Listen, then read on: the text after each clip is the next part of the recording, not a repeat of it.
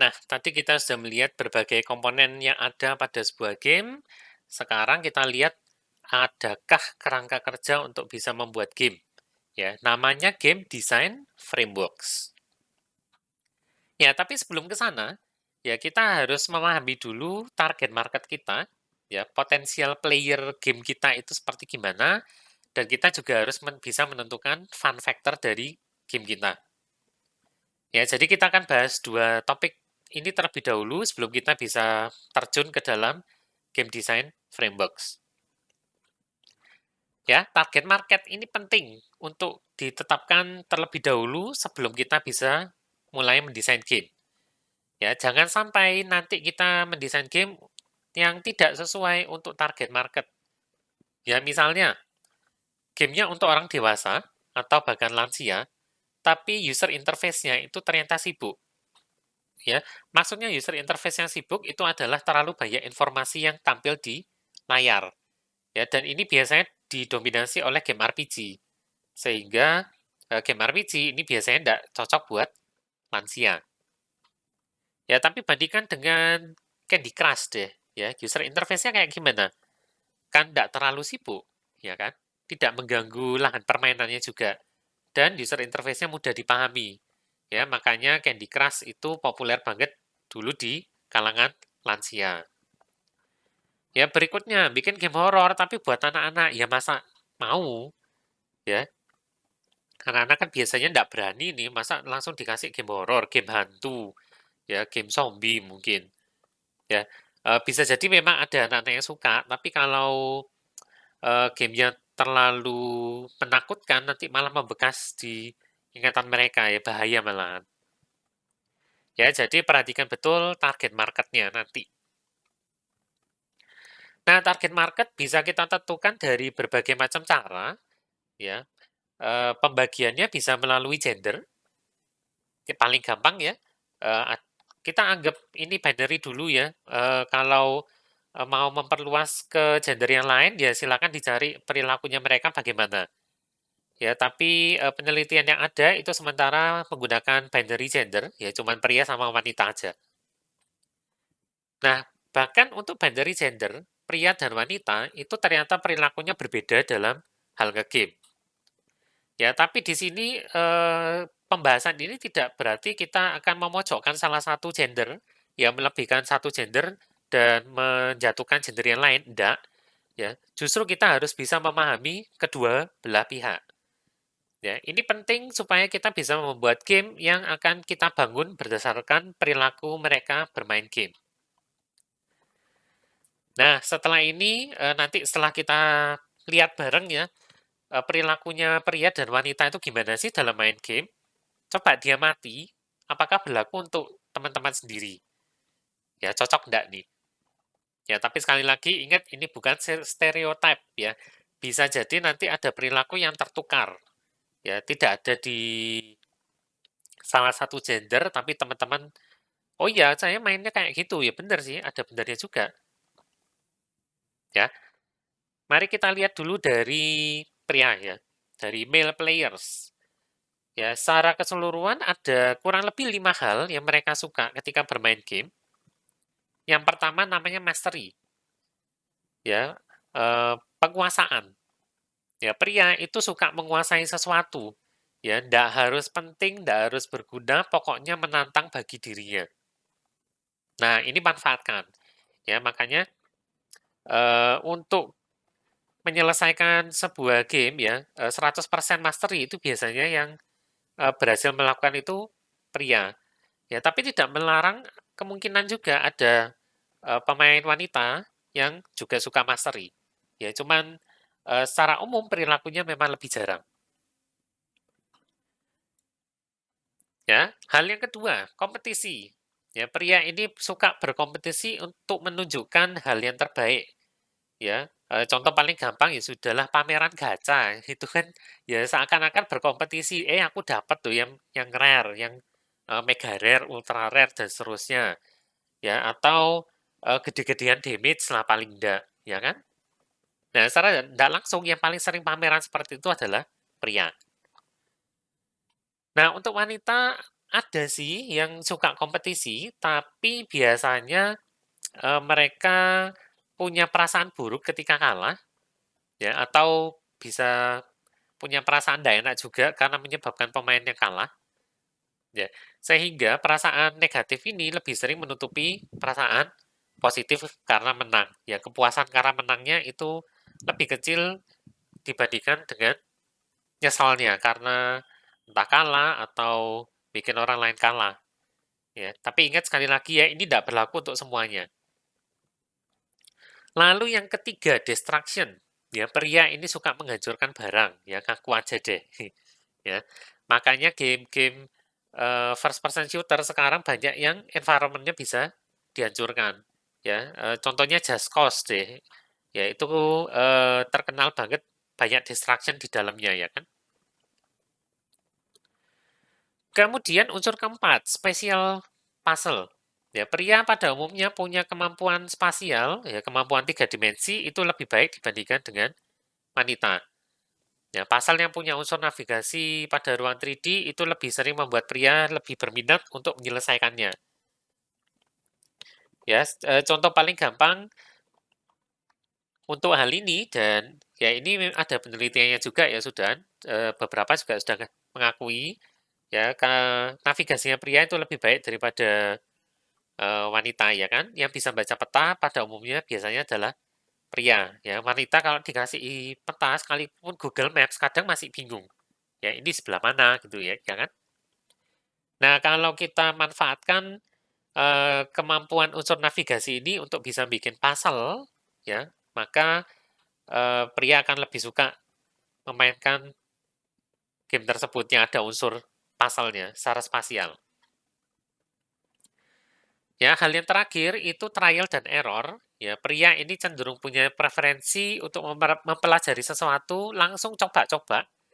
Ya, jadi coba teman-teman rasakan deh siapa yang lebih suka skip tutorial. Ya, mungkin teman-teman cowok di sini pada setuju nih. Ya, ngapain sih tutorial dah langsung aja. Ya, saya mau langsung beraksi. Ya, nggak usah lama-lama harus mempraktekkan press A to jump, press B to shoot dan seterusnya. Ya, tombolnya cuma gitu-gitu aja kan variasinya sedikit. Ya, oleh karena itu desain user interface-nya atau user experience-nya cenderung lebih mudah. Ya, tapi ini tidak melarang ya kita mendesain user interface yang agak kompleks ya karena sesekali cowok ini juga suka UI yang butuh eksperimen supaya bisa dipahami. Ya, jadi untuk UI yang sibuk itu tidak masalah sih. Tapi kalau game yang kita ingin menarget dua belah pihak, ya kemungkinan besar hanya pria yang akan suka pada game tersebut. Ya, kalau UI-nya sibuk. Nah, ini secara garis besar 5 hal yang disukai oleh pemain pria. Gimana dengan yang wanita sekarang? Kita akan lihat. Ya, hal pertama yang mereka suka adalah emosi. Ya, wanita lebih suka pengalaman yang eksplorasi kekayaan emosional manusia. Ya, bagi pria emosi itu juga menarik sih. Ya, tapi bukan inti dari sebuah pengalaman.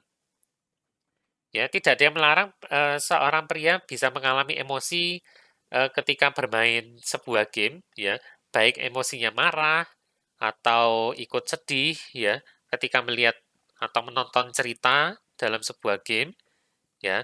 Tapi yang lebih suka itu adalah wanita. Ya, itulah sebabnya ada beberapa genre game yang terutama yang story heavy, yaitu kadang-kadang lebih banyak pemain wanita yang memainkan dibandingkan dengan pria. Ya, karena pria kadang-kadang lebih suka action dibandingkan harus menonton sebuah drama dalam tanda kutip ya. Oke, hal kedua adalah real world, ya dunia nyata. Ya, wanita ini cenderung suka hiburan yang berhubungan secara mendalam dengan dunia nyata. Ya, makanya Barbie, ya Barbie yang fashion designer, ya itu lebih disukai wanita. Kemudian The Sims, ya banyak wanita yang suka main The Sims. Ya kalau pria itu cenderung suka ambil peran yang hubungannya fantasi. Ya, jadi misalkan walaupun judulnya Barbie es Rapunzel, tapi karena itu fantasi, ya tidak melarang pemain pria justru lebih banyak yang main, ya walaupun mungkin tidak secara terang-terangan ngomongnya. Nah, kalau terang-terangan, loh cowok main Barbie, masa gitu ya kan? Ya stereotip tapi ya sekali lagi. Kemudian hal ketiga, nurturing, ya wanita itu suka mengasuh, ya insting keibuannya akan jalan juga pada suatu waktu. Ya, sehingga game-game yang disukai sama wanita itu contohnya adalah game farm simulator, peternakan. Ya, Harvest Moon, Stardew Valley, dan seterusnya. Coral Island mungkin yang lagi booming di Kickstarter sudah selesai ya. Sudah selesai lagi di develop sekarang. Ya, bisa jadi itu yang lebih suka adalah wanita. Walaupun tidak melarang pria juga suka ya. Game memelihara hewan, ya Dog Simulator mungkin, Nintendogs di Nintendo dulu. Ya, kalau terkait puzzle, itu wanita lebih suka yang sifatnya dialog dan verbal. Ya, wanita ini punya kelebihan pada kemampuan verbal, ya kosakatanya lebih banyak dibandingkan dengan pria. Ya, yang lebih sering beli buku dan baca buku itu wanita dibandingkan sama pria. Kemudian hal yang terakhir, learning by example. Ya, wanita itu kadang-kadang butuh tahu persis langkah-langkah yang harus dilakukan untuk menyelesaikan sebuah tugas. Ya, maka mereka biasanya tidak masalah nih kalau dalam gamenya itu ada tutorialnya step by step. Nah, itu ya tadi 5 hal yang biasanya disukai oleh pemain dari gender pria dan gender wanita. Ya, ini bisa kita manfaatkan untuk mengembangkan game kita ya. Kalau kita pengen targetnya ke semua kalangan, ya berarti ini harus dicampur. Ya, jangan terlalu kebanyakan spatial puzzle, nanti gamer wanitanya agak kesusahan. Tapi jangan kebanyakan verbal puzzle, ya karena eh, cowok vocabulary-nya perbendaharaan katanya lebih sedikit dan seterusnya. Ya, harus diseimbangkan ya antara kedua gender. Nah, selain dari jenis kelamin, kita bisa mengkategorikan gamer ya perilakunya itu dari umur. Ya, mungkin teman-teman pernah dengar istilah gamer bocah ya. Biasanya kita ambil istilah itu untuk menandakan gamer yang ya benar masih bocah ya. Dan istilah itu tidak salah sebetulnya. Ya, perilakunya gamer yang masih bocah itu beda dengan perilakunya gamer orang dewasa. Nah, ini tidak ada pembagiannya secara pasti sih, tapi sudah ada yang meneliti. Ya, selain ini kita akan lihat pembagian perilaku pemain berdasarkan umur yang disusun sama Jesse Shell. Ya, coba dicek umurnya teman-teman berapa, kemudian lihat pada grup usianya nanti benar nggak ya. Nah, jadi berdasarkan usia, ya demografisnya kita kategorikan menjadi 9. Ya, ada infant toddler, preschool, kids, preteen, lalu teen, kemudian berlanjut ke adult, ya, young adult.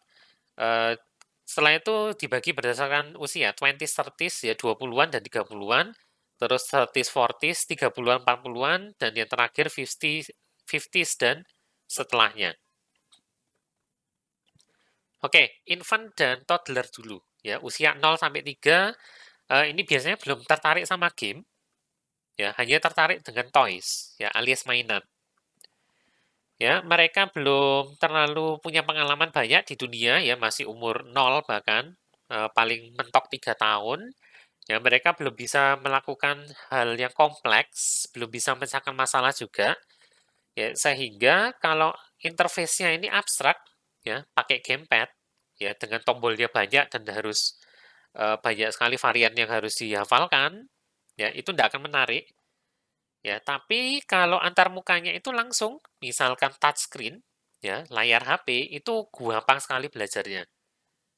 Ya, coba dilihat deh sekeliling kita, ya. Nanti kalau pandeminya sudah selesai ya, jalan-jalan ke mall, terus lihat-lihat lagi, berapa banyakkah anak-anak yang kecil, ya usia sekian, usia 3 tahun yang main HP. Ya umur 2, umur 1 pun bahkan kayaknya sudah kenal HP, ya kan? Kelompok berikutnya, preschool, 4-6 tahun.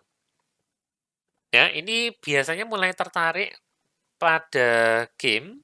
Ya, saya punya ponakan juga usia sekian. Saya tahu persis dulu usia 0-3 itu enggak melirik sama sekali yang namanya game. Ya, tapi mulai masuk 4-6, ya, sekarang ponakan saya usia 6 kalau enggak salah, ya. Dan saya enggak menduga dia main Minecraft ternyata.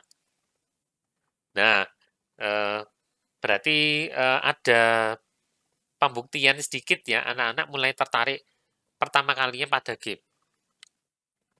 Ya, yang dimainkan biasanya simpel-simpel aja, ya Minecraft kan ya cukup cukup simpel ya sebetulnya ya. Dan ini lebih sering dimainkan barengan sama orang tua, ya karena orang tua tahu caranya sedikit mengubah peraturan dari gamenya supaya tetap bisa menarik dan bisa dinikmati. Ya, kalau aturannya terlalu kompleks ya disederhanakan supaya anaknya itu bisa memahami. Kelompok usia berikutnya, kids, 7-9 tahun. Ya, mereka biasanya sudah masuk sekolah, ya, bisa mulai baca, berpikir, menyelesaikan masalah yang agak sulit sedikit, ya, dan ketertarikan terhadap game ini biasanya mulai muncul dan meningkat. Ya, di sini juga adalah merupakan usia saat anak-anak itu mulai memutuskan toy, mainan atau game mana yang mereka suka, ya. Jadi tidak serta-merta menerima yang dikasih sama orang tua, ya. Di masa-masa sekian itu mereka bisa nolak sudah. Berikutnya preteen, ya. Ini peralihan dari kid sama teen, remaja muda ya, umur 10 sampai 13-an, mulai bisa berpikir lebih dalam, lebih kompleks, ya. Dan preteen ini punya yang namanya obsesi, age of obsession. Ya, mereka mulai terobsesi dengan ketertarikan mereka dan seringnya untuk cowok nih, ya. Ketertarikan itu adalah game. Ya, ini sama juga dengan ponakan saya yang lebih besar ya. Umur saya agak lupa umurnya, sekitar sekitar preteen ini sih, bahkan mungkin lebih ya. Tapi mulai preteen ini dulunya dia tidak suka game sama sekali, cuman akhir-akhir ini saya mengamati, oh dia mulai main game ternyata. Ya, mulai tertarik. Nah, kalau teen sendiri 13-18 tahun, ya, mulai ada pemisahan antara ketertarikannya cowok dan cewek, laki-laki dan perempuan. Ya, laki-laki itu terus tertarik pada kompetisi dan penguasaan, yang sudah kita bahas tadi ya. Tapi perempuan itu mulai lebih tertarik pada masalah dunia nyata dan komunikasi. Ya, tapi kedua belah pihak, kedua belah gender ini tetap tertarik dengan eksperimen untuk bisa mendapatkan pengalaman yang baru. Kelompok berikutnya, yang adult, 18-24 tahun, saya rasa teman-teman rata-rata sekarang berada di kelompok ini ya, usia sekian. Nah, ini adalah pengelompokan dewasa yang pertama, dan ini adalah merupakan masa transisi awal yang penting. Ya, sebagai seorang dewasa, kalau teman-teman masih kuliah sekarang sih, ya, bisa jadi masih main game. Ya, tapi coba bandingkan ya, usia 18, 19, 20, 21. Ya, seiring dengan berjalannya semesternya teman-teman nih, ya semakin ke belakang, itu apakah semakin sering main game? Ya, kemungkinan bisa jadi berkurang. Ya, seiring dengan kesibukan. Apalagi nanti kalau sudah kerja, ya bisa jadi tambah berkurang drastis. Karena siang hari kita harus kerja, nggak mungkin main game di kantor kan dia, jangan. Ya, sehingga waktu kita otomatis hanya bisa di malam hari. Ya, berkurang sudah pasti.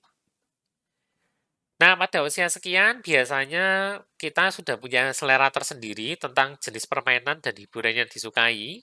Ya, contohnya ada yang mulai suka, oh saya sukanya, ya sudah nemu FPS. Saya sukanya MOBA, saya sukanya RPG, ya saya sukanya adventure, dan seterusnya. Ya, biasanya pada rentang usia ini, game-game yang dimiliki itu dominan jenis tertentu aja. Ya, kalau awal-awal mungkin kita masih bisa eksplorasi, tapi seiring dengan waktu mulai mengerucut menjadi kadang-kadang cuma satu jenis saja.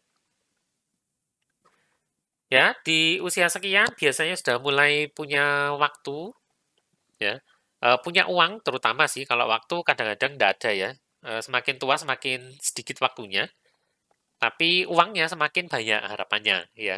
Harapan kita semua sih, ya, semakin tua semakin banyak uangnya. Ya, maka usia sekian itu adalah konsumen terbesar dari game.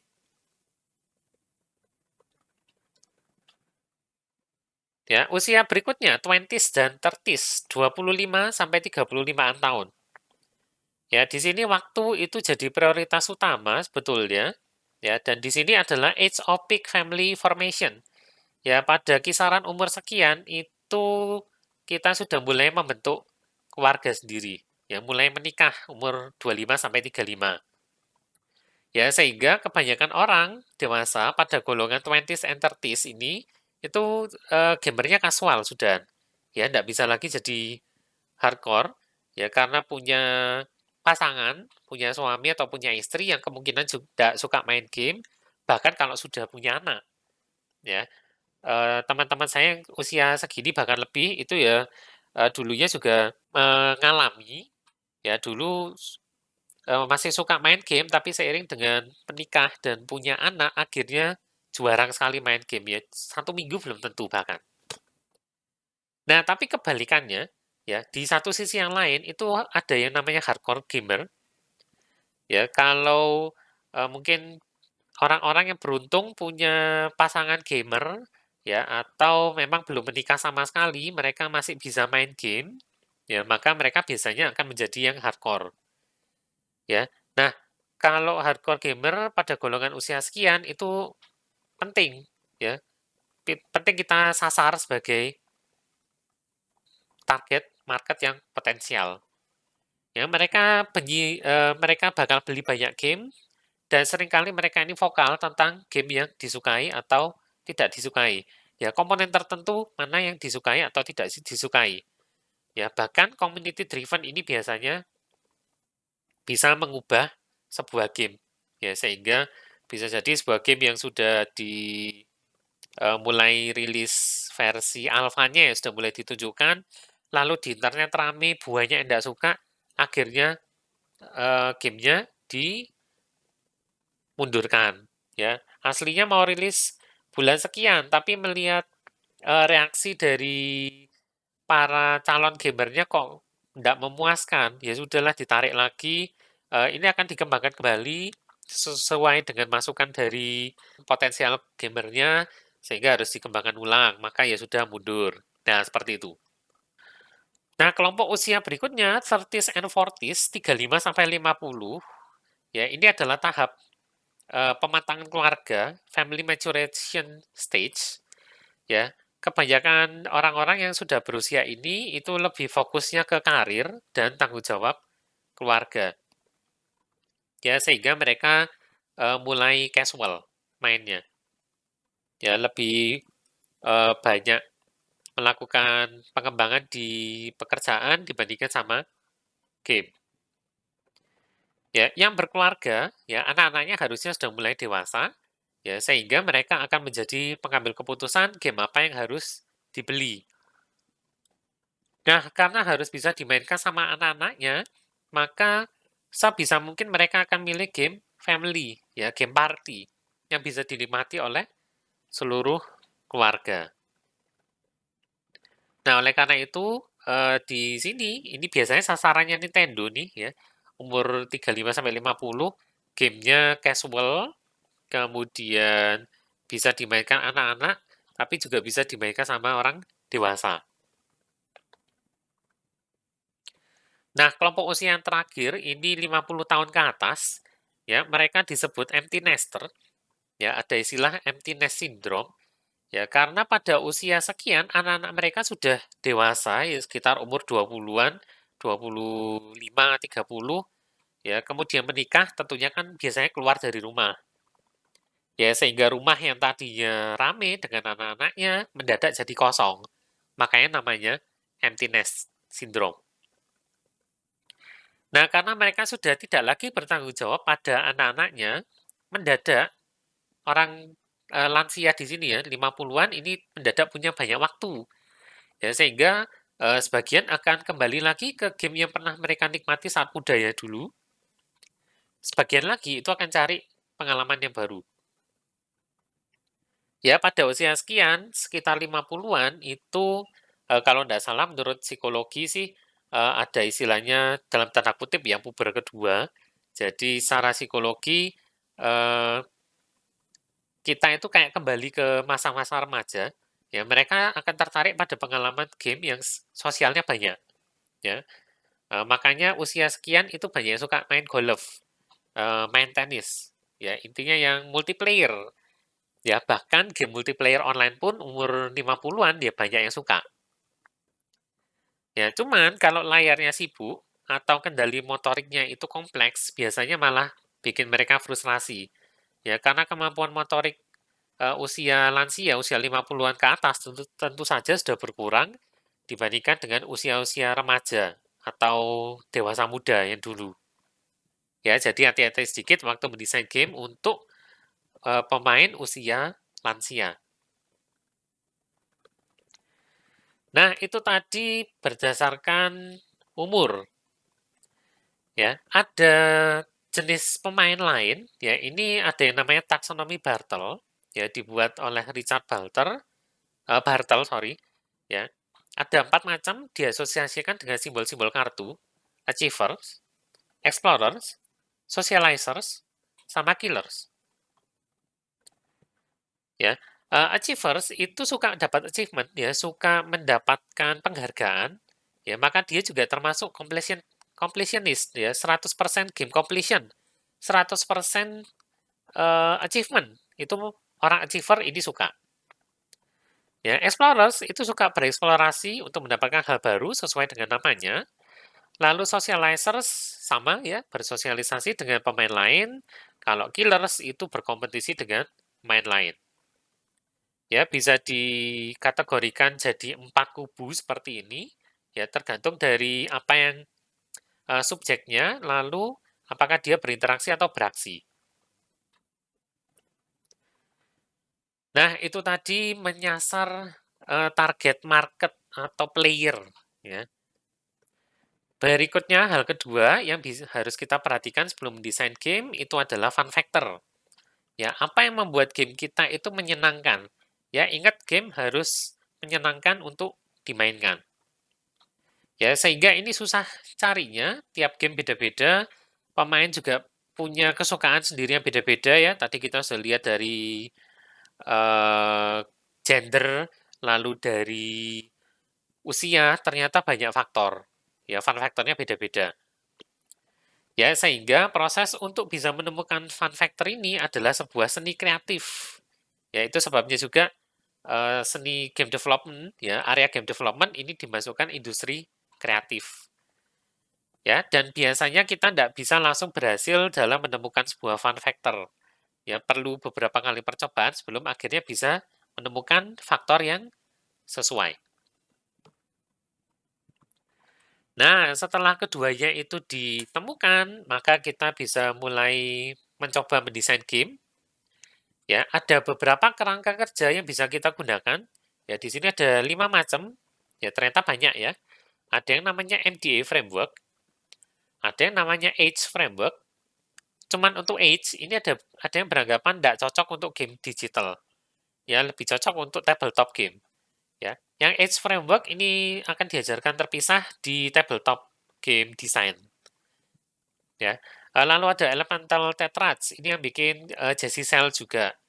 Ada 6 game features, kemudian ada player game relationship. Ya, yang akan kita bahas itu adalah yang paling mendasar dulu, namanya MDA. Ya, dan MDA ini sudah ada juga pengembangannya. Ya, ada yang merasa MDA ini kurang detail atau terlalu kaku, ya tidak jelas, maka dikembangkan lagi menjadi framework-framework yang baru. Tapi secara dasarnya itu berangkat dari MDA. Ya, makanya kita pelajari MDA dulu. Nah, MDA Framework ini yang membuat adalah 3 orang, Robin Hunig, Mark LeBlanc, sama Robert Zubeck, ya. Mereka mulai memperkenalkan framework MDA ini tahun 2004, ya, jadi sudah cukup tua sebetulnya, pada acara Association for the Advancement of Artificial Intelligence, ya, Game AI Workshop. Dan sejak saat itu, ini jadi materi rutinnya workshop game design untuk GDC, ya, Game Developer Conference. Ya, untuk bisa memahami MDA, kita harus melihat game ini adalah bagian dari software. Ya, tapi apa yang membuat sebuah game itu bisa disebut software? Nah, itu tadi fun factor. Ya, fun factor ini akan ditanamkan melalui aturan-aturan tertentu yang ada pada sebuah game. Ya, supaya bisa mencapai faktor fun tersebut, ya, ada aturan tertentu yang harus kita patuhi. Dan ada juga perilaku dari pemain, ya. Bagaimana pemain itu bisa menjalankan aturan-aturan dari permainan ini sehingga bisa mendapatkan kesenangan yang dicari. Ya, aturan ini akan diterapkan dalam bentuk kode-kode tertentu, ya, dalam tanda kutip kode etik, ya, kurang lebihnya mirip. Kalau perilaku ini akan menunjukkan proses dari pemain, ya, bagaimana dia memproses sebuah atau sekumpulan aturan-aturan tersebut, kode-kode yang ada pada sebuah game, sehingga bisa mendapatkan fun dengan persyaratan-persyaratan tertentu. Nah, ini kemudian dikemas. Rules itu adalah mekanik, behavior itu adalah dynamics, dan fun itu adalah aesthetics. Ya, jadi definisi formalnya adalah seperti ini. Ya, mechanics adalah the rules and concept, aturan dan konsep-konsep yang membuat atau memformalkan sebuah game itu menjadi sebuah sistem. Ya, bahasa gampangannya ambil aja yang belakang, ya. Aturan dari permainan itu adalah mekanik. Ya, berikutnya dynamics itu di sini dikatakan runtime behavior dari sebuah game, ya. Perilaku pemain ketika dia memainkan game tersebut, ya. Bagaimana pemain itu memainkan game kita dan perilakunya mereka bagaimana selagi memainkan game. Kemudian estetik ini adalah respons emosi, ya, respons emosional yang diinginkan oleh pemain dan harus bisa dimunculkan oleh game. Ya, dengan kata lain, apa yang memotivasi atau menghalangi motivasi mereka untuk melanjutkan permainan tersebut. Nah, ini akan kita lihat secara lebih mendalam nanti satu persatu. Ya, untuk bisa memahami MDA secara lebih lengkap, ya, kita sebagai seorang desainer itu mestinya bikinnya urut dari mekanik dulu, kemudian merumuskan dinamik untuk bisa mencapai estetik. Ya, di sini dikatakan desainer itu membuat mekanik yang mempengaruhi pengembangan dinamik yang menghasilkan estetik yang dialami oleh pemain. Ya, tapi dari sisi pemain yang dialami dia adalah sebaliknya. Ya, pemain itu mengalami estetik dulu yang dihasilkan dari dinamiknya dia, ya, game dynamics, bagaimana caranya dia bermain game tersebut yang dipengaruhi oleh mekanik. Ya, jadi urutannya beda. Untuk desainer, kita game developer harusnya developnya MDA, tapi kalau player yang dialami itu ADM. Ya, nah karena kita lebih pengalaman sebagai pemain nih ya daripada seorang game developer, maka kita akan balik dulu pemahamannya. Ya, kita akan lihat secara terbalik dari estetik dulu, lalu kita lihat dynamic, lalu terakhir adalah mekanik. Ya, estetik ini sederhananya apa sih yang dialami pemain ketika mereka memainkan game kita? Ya, tentu saja kita sebagai developer itu berharap bahwa mereka mengalami fun, ya, kegembiraan, sukaria. Ya, tapi definisinya ini apa sih fun ini? Ya, apakah yang persisnya membuat mereka itu bergembira ketika bermain game kita? Nah, ini yang harus dicari dulu. Ada bantuan dari Leblanc sendiri, ya, ada namanya Leblanc's Taxonomy of Game Pleasures. Ya, kita bisa memanfaatkan taksonomi ini untuk mengetahui berbagai jenis fun, ya, atau pleasure. Ya, kita ambil pleasure aja ya, lebih kuat dibandingkan fun. Nah, kenikmatan bermain game ini ada 8 macam menurut Leblanc. Ada sensation, fantasy, challenge, fellowship, narrative, discovery, expression, dan submission. Ya, nggak usah khawatir, kita akan lihat satu-satu. Sensation, sesuai namanya, ini adalah sensasi, ya, kesenangan sensorik, bisa melihat sesuatu yang indah, mendengarkan musik, menyentuh sesuatu, merasakan, atau membau makanan yang enak. Ya, sensation lebih seringnya didapatkan dari toy, tapi dari game kita bisa menerapkannya misalkan karena kesenangan sensorik itu adalah melihat sesuatu yang indah, ya sudah, grafiknya dibikin yang wow, ya. Mendengarkan musik, ya musiknya dibikin yang sesuai dengan nuansa gamenya. Ya, kalau menyentuh sesuatu, ya belum bisa ya untuk saat ini.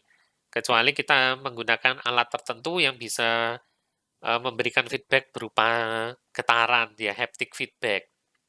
Nah, mungkin untuk menyentuh, ini interface-nya berarti sementara ini baru bisa di smartphone.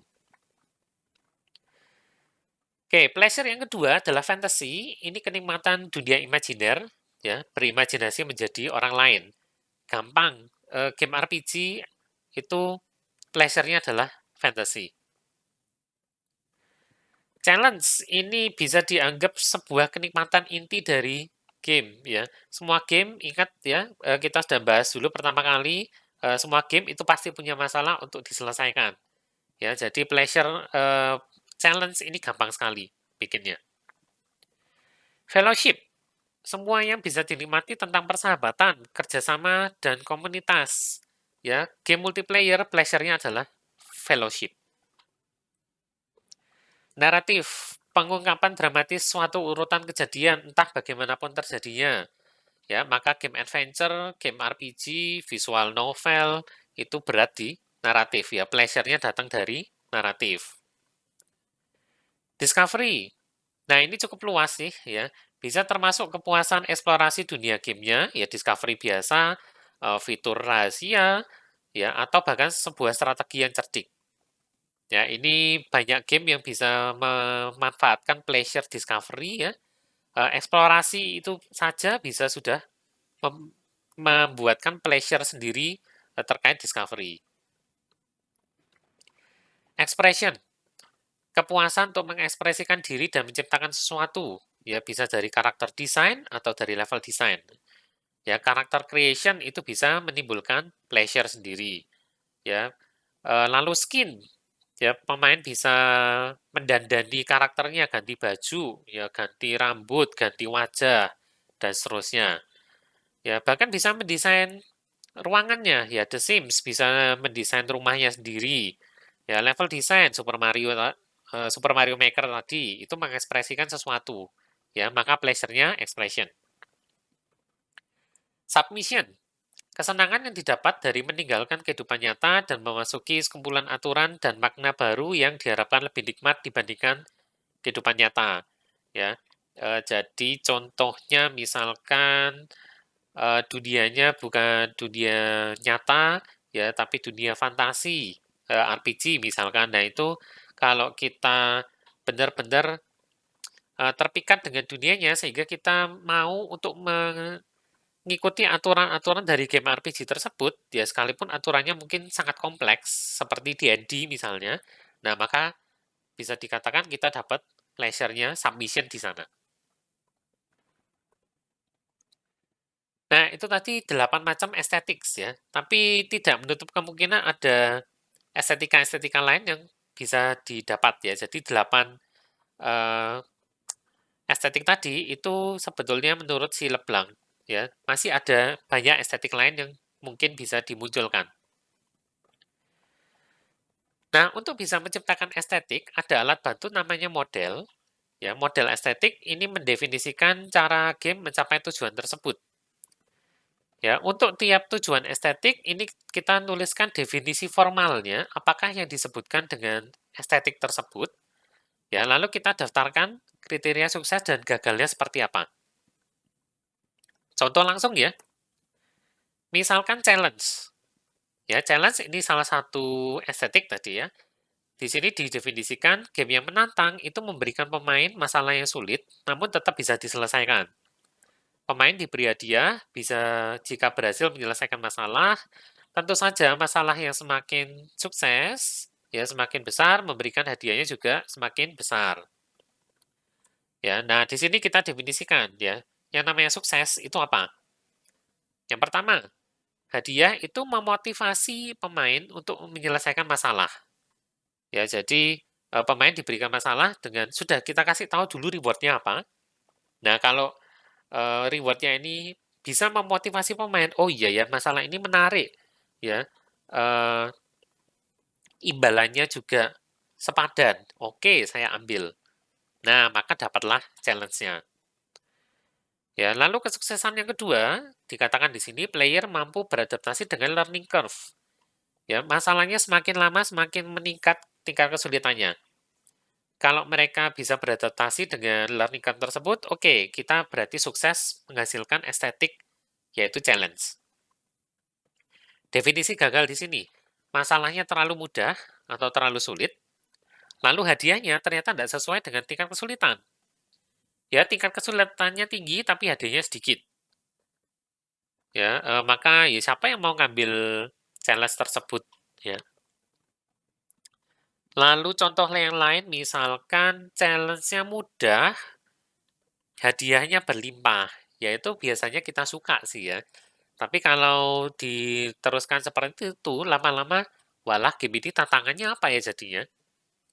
Ya, ingat pemain itu suka menantang dirinya sendiri. Jadi kalau tingkat kesulitannya turun, ya maka dia akan bosan. Ya, sehingga di sini kita katakan challenge-nya gagal. Contoh lain ya, competition. Ya, game itu dikatakan kompetitif kalau pemain itu tertantang untuk meraih kemenangan eksklusif ya. Di sini dikatakan kemenangan itu eksklusif bahwa pasti ada yang menang dan pasti ada yang kalah. Dan tentu saja dia akan dihargai kalau bisa mengalahkan pemain lain. Keadaan sukses di sini dicontohkan pemain itu pasti jadi lawan dari pemain lain dan dia termotivasi untuk menang. Ya, kondisi gagalnya adalah ada keadaan ya saat pemain itu tidak mungkin menang melawan pemain yang lain. Misalkan kita bikin game lobby tapi tidak melakukan screening ya, akhirnya yang noob itu ketemu yang veteran.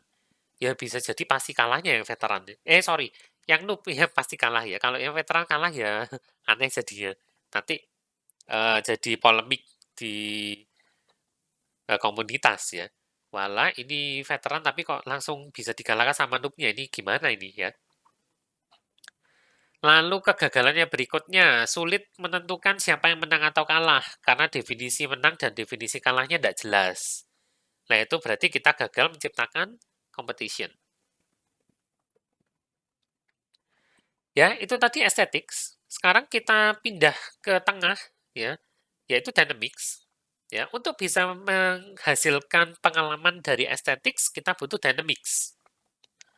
Ya, contoh challenge itu tercipta dari misalkan ada time limit batas waktu, lalu ada tekanan dari lawan, ya atau tekanan dari sekeliling ya misalkan kalau di game Battle Royale semakin waktunya lama, maka ruang permainannya menjadi semakin sedikit. Misalkan seperti itu.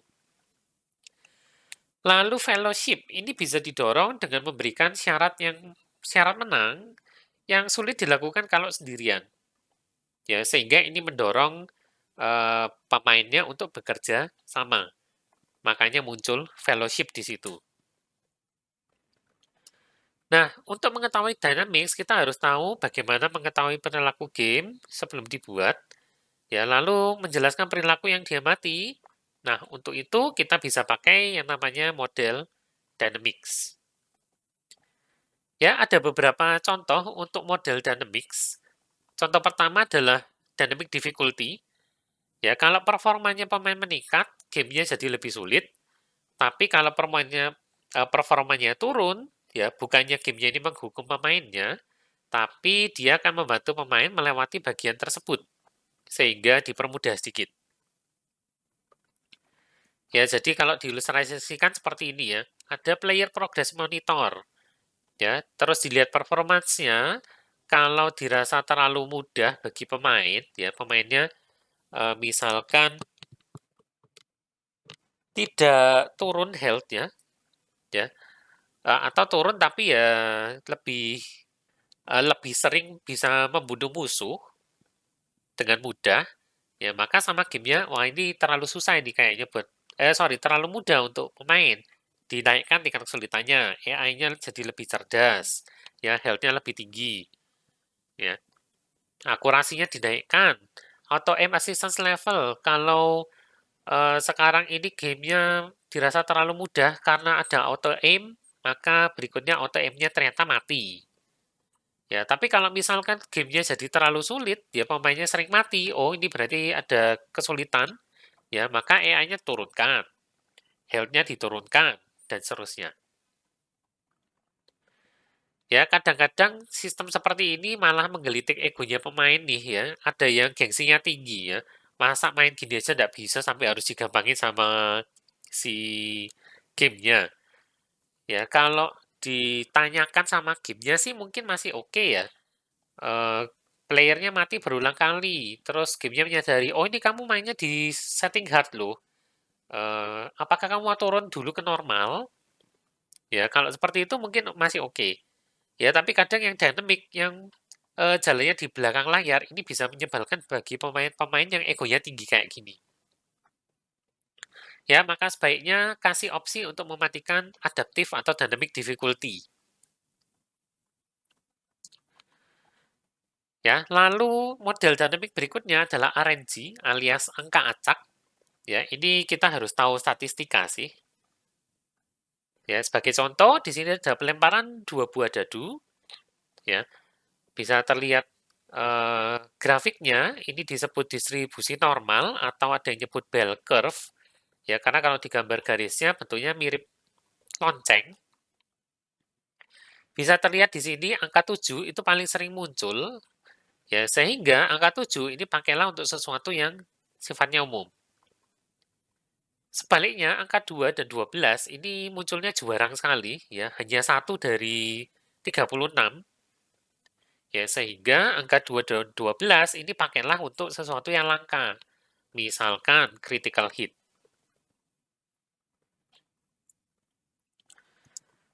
Nah, kalau kita sudah dapat dynamics-nya, sekarang kita masuk ke inti dari gamenya, dasarnya ya, namanya mechanics. Ya, mechanics ini terdiri dari aturan, rules, ya, aksi apa saja yang bisa dilakukan pemain, aturannya apa saja, yang bisa dikendalikan sama pemain apa, yang tidak bisa mereka kendalikan apa. Kemudian ada juga konten dari gamenya, ya level, map, aset, cerita narasi, grafik, suara, dan seterusnya. Ya, tapi di sini kita akan lebih fokuskan pada rules ya. Nah, untuk mekanik ini sudah ada library-nya. Ya, kalau di board game bahkan sudah ada cukup banyak ya. Mekanik di board game nanti ada di mata kuliahnya sendiri ya, tabletop game design. Ya, tapi secara umum bisa kita tiru beberapa ya, misalkan kartu. Mekaniknya pasti ada ngocok kartu. Ya, pasti ada deck kartu yang bisa kita ambil. Ya, ada mekanik namanya discard kartu. Ya, lalu ada mekanik kartu di tangan. Ya, bidding mungkin untuk beberapa permainan, ya poker, blackjack dan seterusnya. Kemudian shooter, ya game shooter biasanya pasti punya mekaniknya amunisi, ya ada health. Lalu untuk first person shooter mungkin ada pakem baru bahwa health itu bisa membaik sendiri seiring dengan waktu asal tidak kena damage secara berturutan. Ya, spawn point, pemainnya bisa spawn lagi di beberapa titik yang sudah ditetapkan. Ya, lalu mekaniknya untuk golf ada Angin, ya, angin sangat mempengaruhi trajektorinya si bola, ya, lalu ada jebakan pasir dan ada kolam, ya, dan seterusnya, ya. Jadi mekanik ini banyak sekali. Nah, MTA ini prosesnya sebetulnya iteratif ya, jadi mungkin kita tidak bisa sekali berhasil untuk membuat MTA-nya. Ya, ini harus ada playtesting sama tuning alias balancing. Ya, dua-duanya akan kita bahas dalam beberapa pertemuan ke depan. Ya, tapi untuk sekarang kita sudah bisa mulai membuat kerangka dari game kita ya dengan menggunakan bantuan MTA. Ya, estetik ini bisa membantu kita mengamati flow apapun yang bisa terjadi selama mendesain game kita. Ya, dan dynamic itu bisa membantu mengetahui dari mana masalahnya muncul. Ya, lalu kita harus mengingat hal ini ya waktu mendesain gameplay. Ini dibahas lebih lanjut nanti di bagian balancing, tapi kita lihat sekilas sekarang ya. Ada yang namanya challenge dan skill. Ya, challenge dan skill ini harus diusahakan seimbang mungkin. Ya, jadi di sini ada grafik, grafik horizontal itu adalah skill pemain, grafik vertikalnya itu adalah tantangan yang diberikan oleh game. Ketika pemain pertama kali main game kita, maka skillnya pasti rendah, dan tantangannya harusnya rendah juga. Ya, kalau misalkan skillnya dia masih rendah, tapi tantangannya tiba-tiba tinggi, ya maka di sini ada yang dinamakan anxiety. Ya, pemainnya jadi gelisah. Aduh, ternyata game ini susah ya. Apakah saya bisa tetap meneruskan game ini? Ya, Dark Souls misalkan ya. Awal-awal ternyata tingkat kesulitannya sudah tinggi. Nah, jadi kita harus memperhatikan hal ini. Kadang-kadang ada game yang sengaja ada di tingkatan ini dan berhasil ya. Souls game misalkan cukup berhasil, banyak yang suka. Tapi kalau kita tidak hati-hati, maka pemain kita bisa jadi tidak pede untuk melanjutkan gamenya karena terlalu susah. Ya, akhirnya ditinggalkan gitu aja. Sebaliknya, ya seiring dengan waktu, maka skill pemain itu harusnya akan meningkat. Kalau challenge-nya tetap, maka pemain akan merasa bosan. Ya, sehingga idealnya adalah kita menaikkan challenge seiring dengan kemampuan pemain yang semakin meningkat. Nah, kalau imbang itu maka ada yang namanya flow channel. Ya, flow channel ini adalah keadaan ketika challenge sama skill itu seimbang. Ya, tidak selalu harus bentuknya garis lurus, tapi bisa kita main-mainkan juga supaya pemainnya merasa ada dinamika pada gamenya. Ya, kalau benar-benar garis lurus, pemainnya bisa bosan juga. Ya, ini kita bahas berikut-berikutnya waktu bahas balancing ya. Nah, sudah cukup banyak yang kita bahas bersama pada game design frameworks ya. Walaupun kita hanya melihat satu framework aja di sini ada, yaitu MTA. Ya, ada lagi tadi Edge framework, ada Elemental Tetrads, ya, dan lain-lain. Masih banyak game framework, game design framework di luar sana yang bisa kita manfaatkan. Ya, untuk saat ini kita hanya menggunakan MTA dulu. Ya, nanti kalau sudah familiar, bisa teman-teman kembangkan dengan menggunakan framework yang lebih baru misalnya ya. Oke, bagian ketiga, bagian terakhir, pada kesempatan kali ini kita akan membahas yang namanya Game Development Life Cycle. Ya, siklus hidup pengembangan sebuah game. Apakah sama dengan software? Ya, karena game ini sendiri sejatinya adalah software juga. Ya, untuk tahu jawaban dari pertanyaan ini, jangan kemana-mana, kita akan bahas bareng pada video berikutnya ya.